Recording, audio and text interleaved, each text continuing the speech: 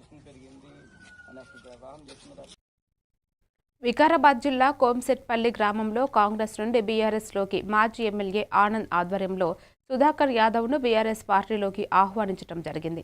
BRS తరపున nomination వేయటం జరిగింది. పార్టీలకు అతీతంగా అన్ని పార్టీలు మద్దతు పలికారు. మాజీ సర్పంచ్ నాయబ్ గౌడ్, వీరేశం గౌడ్, సత్తార్ సబ్ నాయంబాయ్ పాల్గొన్నారు. గారికి నా యొక్క హృదయపూర్వక వందనాలు.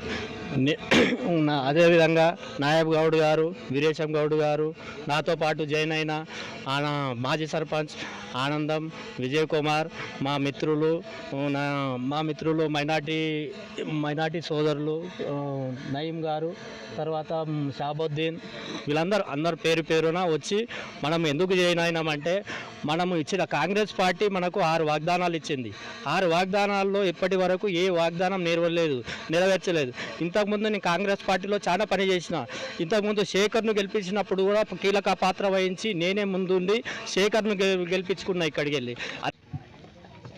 గౌరవనీయులైన మాజీ శాసనసభ్యులు మెతుకు ఆనంద్ గారు, మా గ్రామ పెద్దలు మాజీ సర్పంచ్ నాయబ్ గౌడ్ గారు, పుర ప్రముఖులు వీరేశం గౌడ్ గారు, మరియు ఆనందం పటేల్ గారు, విజయ్ కుమార్ గారు, మరియు షాబుద్దీన్, నయీముద్దీన్,